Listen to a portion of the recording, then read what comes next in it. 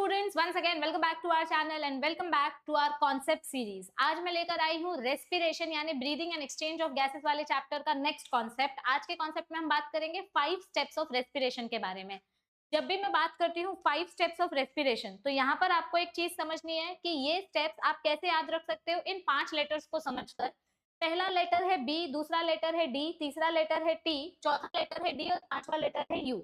B D T D U. पहला वाला जो बी है it stands for breathing process, second वाला जो डी है it stands for diffusion, T for transport, D for again diffusion and then U for utilisation. तो अब इनको एक एक करके समझते हैं। सबसे पहले ब्रीदिंग को हम बोलते हैं पल्मोनरी वेंटिलेशन। पल्मोनरी वेंटिलेशन में atmospheric air comes in and CO2 goes out, this is called as breathing.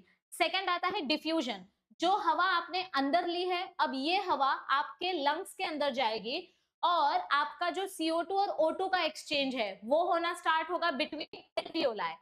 तीसरा प्रोसेस है ट्रांसपोर्ट, जो हवा एल्वियोलाई के पास गई है अब ये ऑक्सीजन जाएगा ब्लड के पास और ब्लड का CO2 एल्वियोलाई के पास आएगा। चौथा स्टेप है डिफ्यूजन, तो हमने ब्लड का ऑक्सीजन लिया और ब्लड को ऑक्सीजन दिया और ब्लड का CO2 लेके एल्वियोलाई को दे दिया। तो हमारा ट्रांसपोर्ट कैसे हुआ? Oxygen comes in from atmosphere से एल्वियोलाई, एल्वियोलाई से ब्लड और अब ब्लड से ये ऑक्सीजन टिश्यू के पास जाएगा और टिश्यू का जो CO2 है वो ब्लड के पास आएगा, ब्लड से एल्वियोलाई के पास जाएगा और एल्वियोलाई से एटमॉस्फेयर में रिटर्न चला जाएगा।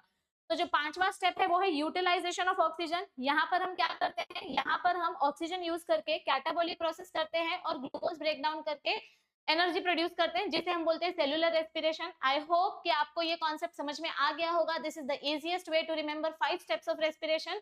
अगर आप चाहते हैं कि ऐसे ही और सारी वीडियोस में लेकर आऊं तो इस वीडियो को ज्यादा से ज्यादा लाइक, शेयर और सब्सक्राइब करें and stay tuned with this channel for more such video.